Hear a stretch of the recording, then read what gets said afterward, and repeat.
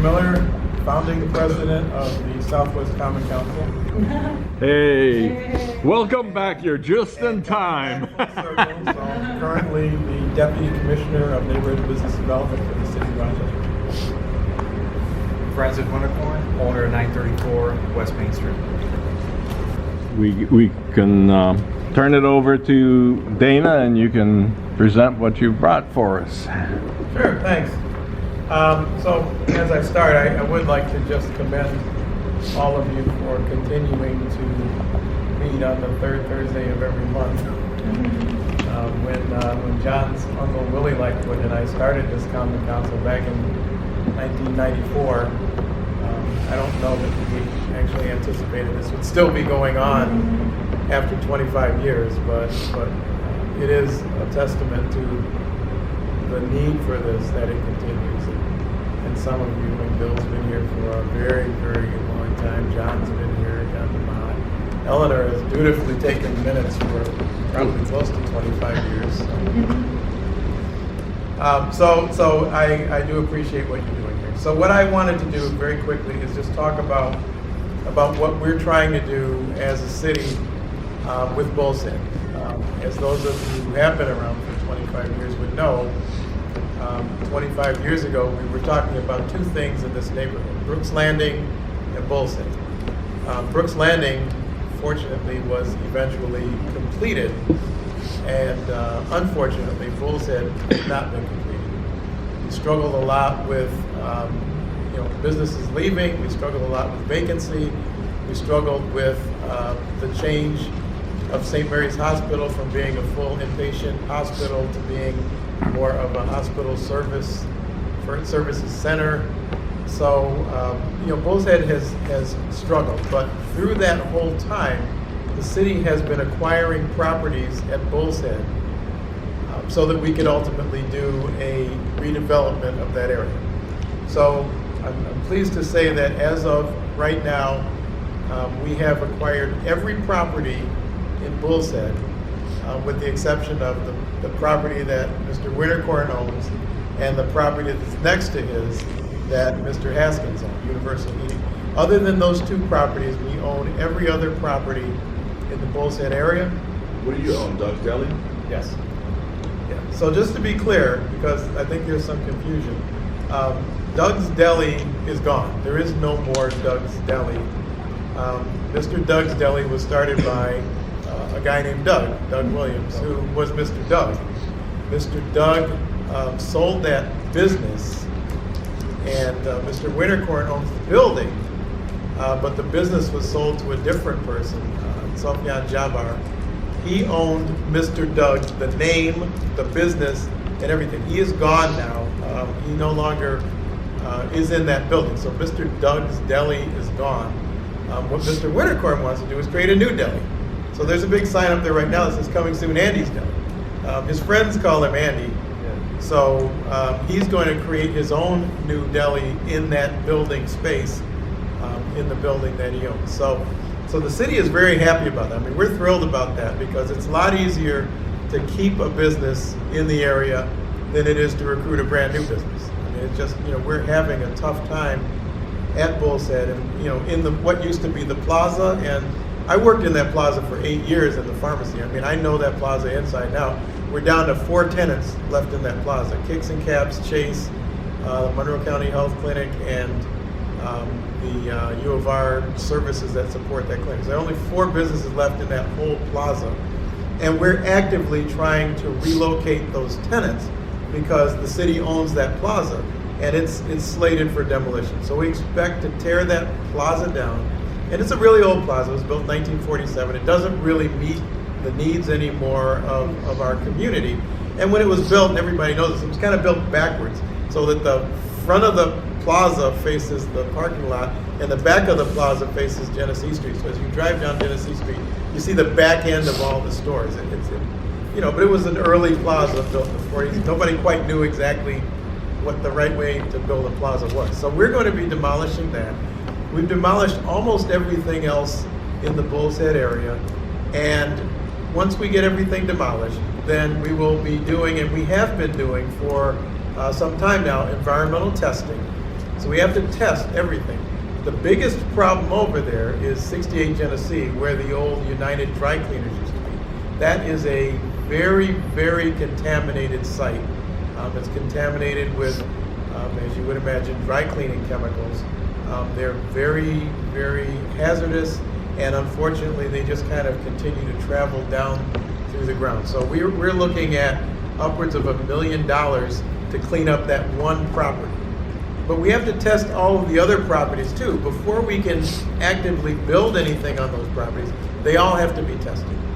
So what we've done is we've worked with Andy here to come up with a plan so that ideally he can keep his building, open his new deli in there, but the back part of his building, it's actually two buildings. The building that has the deli had the deli and will have a new deli, and the back part of the building, which is an auto repair shop. Now, for those of you who go way back, like me and John DeMott, we remember that way back that used to be Western Auto.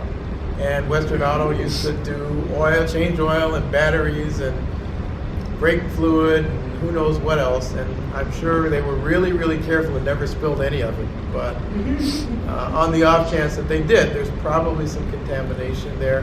There's also other things that may have happened over the years. And as far as we can tell, that was an automotive related use for at least the last 70 years. So we need to test that site. We need to figure out what, if anything, is there that is dangerous. And if it's dangerous, then we have to come up with a plan to clean it. So what we negotiated with Andy was, let us let you keep the front building, let us subdivide the parcel, and let us take the back half of the building. It's unlikely that the front part of the building is very dangerous. From all of our records, we can't find that it was ever used as a dry cleaner or anything really dangerous. It's almost always been used just as a store with apartments upstairs. So we don't think there's any real problem with the front building. The back building, on the other hand, we know has a long history of uses that could potentially be challenging. So what we are proposing, and what we propose, is to let us subdivide the property. You keep the front part, let us take the back part. We will do the testing, we will demolish the building, and whatever the testing results show, if it's a problem that has to be cleaned up, then we'll clean it up. And it will become part of the larger development. Now, we had a big community meeting back in June, it was actually on my birthday, June 26th, over at St. Mary's. A lot of you saw the drawings. I'm just going to show you this drawing again, in case you don't remember it. But this is what we hope Bullset will look like, something like this in the future. So here's Genesee Street, coming up here. Here's St. Mary's Hospital, and here's Andy's building right here. We expect it to stay, but the piece behind it, of course, is gone. This is the Universal Heating Building. We also expect that to stay if the owner wants to keep it. And then we'll build additional buildings onto that. A lot of the traffic that comes through this intersection to be routed in a different way. So once that happens, then we will have 12 acres of land that can be developed. And that 12 acres includes everything on the north side of Main Street and everything on the south side of Main Street. So right now, in this particular drawing, you see Andy's building here, you see Universal Heating Building here, and you also see this building over here, which, despite the fact that it's in the middle of the plaza, is actually 160 Clifton Street. We're proposing to keep that building also. It's a newer building. It doesn't have the challenges that some of the older buildings have in the area, so we're proposing to keep that building. But the whole plaza will be demolished. We're also proposing that the laundromat stay. The laundromat is a valuable resource for the community. We think that is a business that is valuable, and we'd like to see that stay. But what we would do then is most likely do the same kind of thing that we've done in other properties we have. For example, right now, we filled in the inner loop. We filled in the inner loop, we divided it up into 7 parcels, and we've sold all 7 of those parcels. One of them has a brand new building that's completed. Another one has another brand new building that's just finished now. Another parcel will end up with a hotel on it. Another parcel will have other housing on it. So we would do the same kind of thing here. We would divide this up and say, all right, let's take this parcel, let's take this parcel, this one, and this one. And we would have developers propose what they would build And what they would propose would be based on what the community has said they would like to see. When we had the meeting back in June, and we had the meeting before that, and the meeting before that, and the ones before that, we've always tried to capture what the community would like to see here. And it's always, kind of the same thing. We'd like to see some businesses. We'd like to see places that we can shop. We'd like to have some goods and services that are convenient to the neighborhood. And those are the kinds of things that we would like to see along the Main Street corridor, and along the Main Street corridor, and along the Genesee Street corridor. On the back part of this, we think there's an opportunity for housing. And, even though the things that Mary said are absolutely true, it's really tough to be a housing provider. I have a rental house also. My son has, I do. My son has, and my son has several. So I know that being a housing provider is tough. But we think there's an opportunity for more housing in these areas because we've removed some housing in the process of doing this. And this would likely be not single-family homes, but probably 2-3 story housing that would be built back in this area. So this is where we're headed, and we're headed this way. And we were headed this way several years ago. The administration at City Hall changed. The administration that took over took Bull's Head and pushed it to the end of the line for any redevelopment, so it got stalled. The new administration that we have now, Mayor Warren, has said, no, I want it on the front of the line. So she put it on the front line, and when she met with us a year ago, she said, I want to see some progress on this. I want to see this done, and I don't want to see it done in 5 years. I want to see it done right away. So we immediately started coming up with drawings, meeting with the community, finding out what we really need to do, and acquiring all the property, because we can't do anything until we acquire the property, because otherwise, you're not really able to do the testing. And if you can't do the testing, you can't do the cleanup. And if you can't do the cleanup, you can't build anything. So that's where we are right now. We've acquired almost every property. The only ones we haven't acquired are Andy's, Mr. Haskins, and this one. And we don't intend to acquire those. We think that they can exist within the framework of what we're developing. We think that Andy is working very hard at restoring a lot of the detail of his building. His second floor has all the windows boarded up. He's going to put new windows in. His first floor, the windows had bars in them. He's taking them down. He has the front cornice that has fallen off. He's going to have that restored. He's put a new roof on the building. He's done some painting. So he's doing all the things that we would like to see every owner do. And in order for this to work, all of these two buildings, if they stay, have to be made to look as good as the other new buildings that are built there. And ideally, whatever gets built along here, we would like it to look like it belongs with those two existing buildings. So we don't want these two buildings to look like they were built 100 years ago and have these look like they're shiny glass and chrome. We don't want that. We want these buildings to look ideally like they've been there as long as these have. So we'd like to take some of the detail and some of the way that these buildings look and have that. We can't copy it exactly, and we can't duplicate those buildings, but we want them to look like they fit in. Like if you drove down here, it would remind you of what this looked like in its heyday back in the 40s and 50s, when everything was down here and the building was on the corner with the rounded corner on it. And, everybody remembers that Amos was in there, and well, not everybody, but John and I. Just to build on what you're saying, Yeah. in terms of new builds looking like old builds, Konar building over on South Wedge. Right. Drive by it. Yeah, it's exactly what we would like to see. Is as you drive down there and you look at that Avalanche building, it looks like it's been there forever. There's nothing that you look at that building and think, wow, that's a brand new building. It looks perfectly like it's been there, and that's exactly what we'd like to see here. And Howard Konar is very proud of that building. I talked to him about it. He said that's probably the best building I've ever built. I mean, I would love it if Howard would come in and say, let me do this. That would be great. All right, John, you had a question?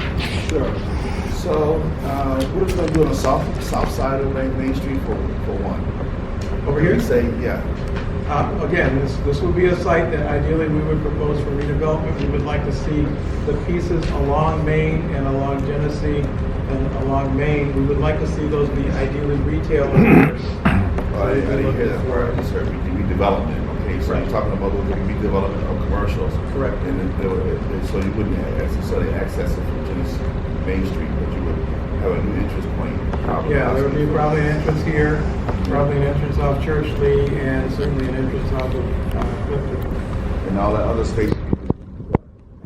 This is currently laid out as parking space because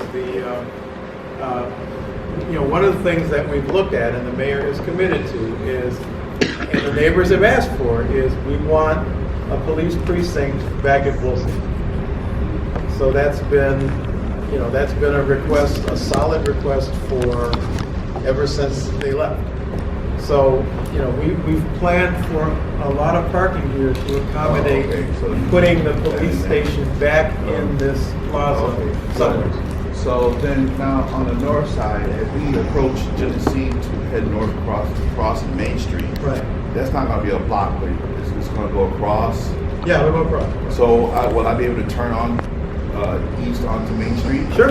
Yeah, this way. I'll be able to turn to the SWCC still accessible. Oh, yeah. Will I be turning left on You can turn left on Main Street? You can turn left onto Main Street. You can turn Chi-Li right onto Main Street. and Chi-Li when you get down here, and Chi-Li, still converge? yeah, Chi-Li still converges.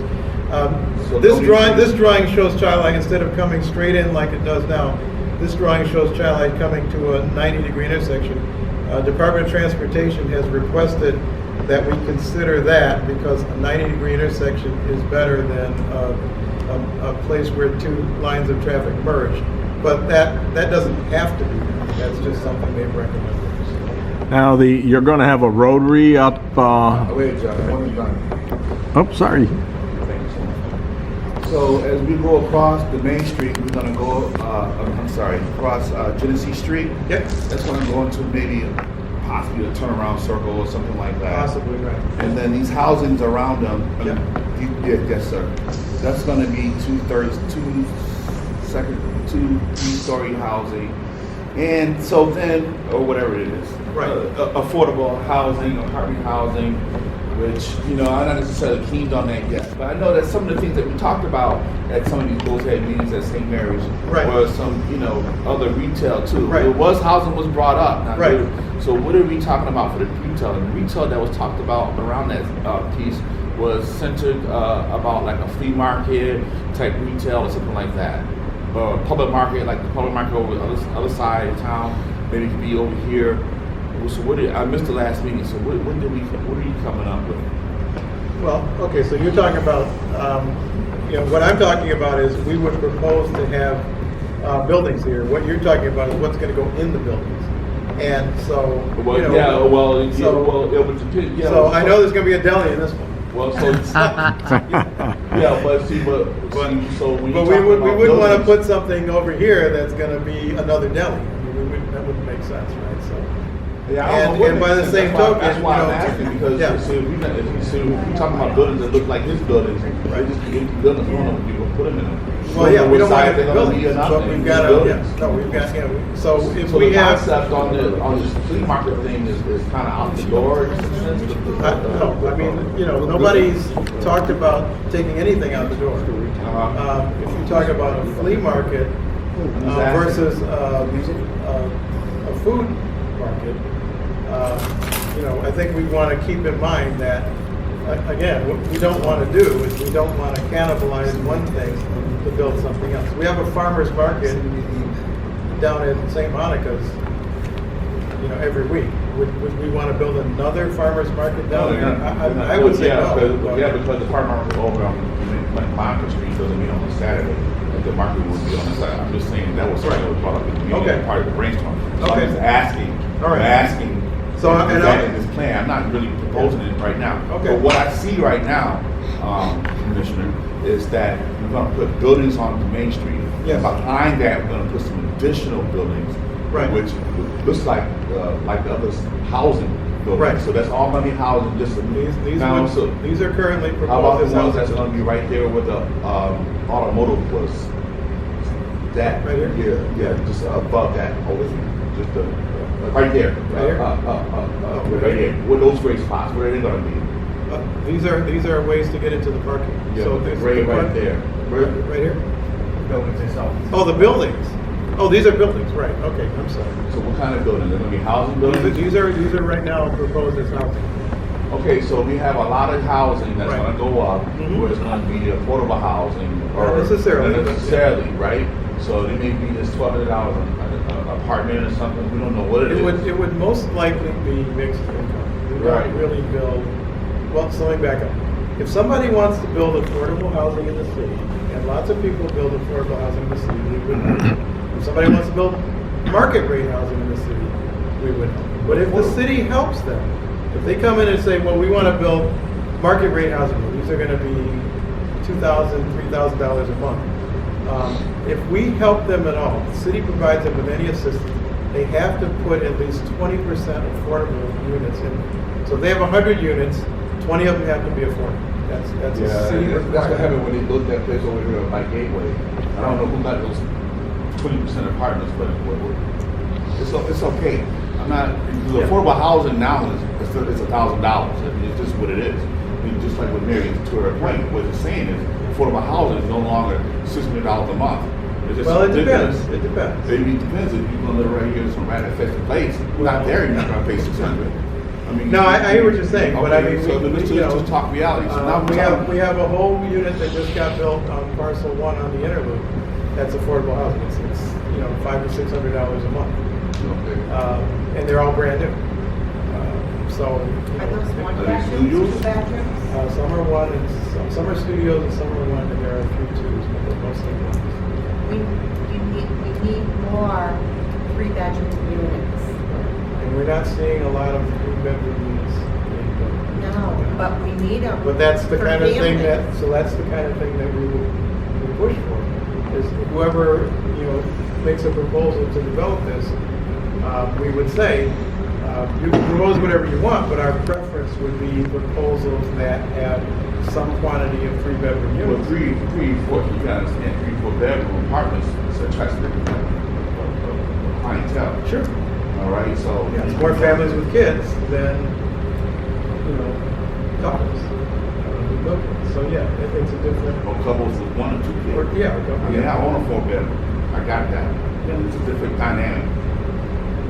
Okay, a lot of youth, a lot of families, low income, poverty actually, and people just struggling from check to check. Okay, so that, Okay. let's go to that. But it'd be good for Andy in selling goods, because, that's the place to be over there. Yeah. To get those meat markets and whatever else is Right. going over there. We all love sandwiches now. Yeah, and the other thing that we have to look at, and again, this is not the plan. This is I not get what's it. going to be I built. get This it. is a concept.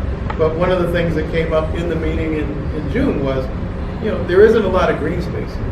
And if you're going to have any number of kids, then you might need to build, you might need to not build this, and you might need to build a field or a playground or something. So there's things that just you put in a lot of housing where there's a lot of, and you already know this, that the houses, the policy allowed single family homes to cut their homes to 2, 3, 4 bedroom homes or family homes, and it's No, convincing we people. don't allow that.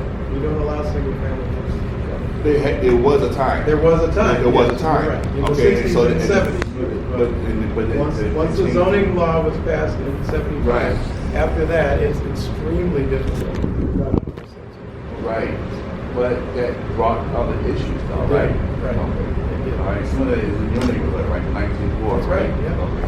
We had a huge Okay, problem so then- along Chilai Avenue. And what I'm saying is, we're doing a lot of housing here. Right. We do anticipate that being a problem with a lot of folks that don't have necessarily a lot. That's what I'm trying to just get at.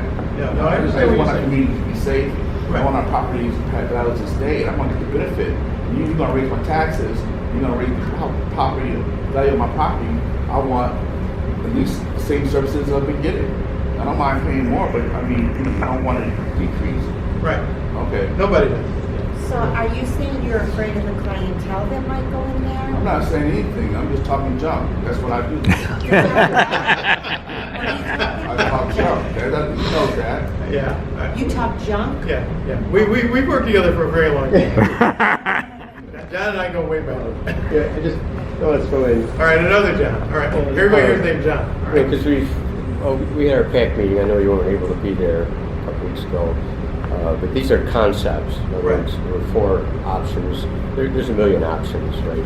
Right. But the way we picture it playing out, there's a wish list that we've all developed, and as you say, multiple community meetings, and they do, not really new ideas there. And every time we get together, we put the same items on the list, and I think you described it.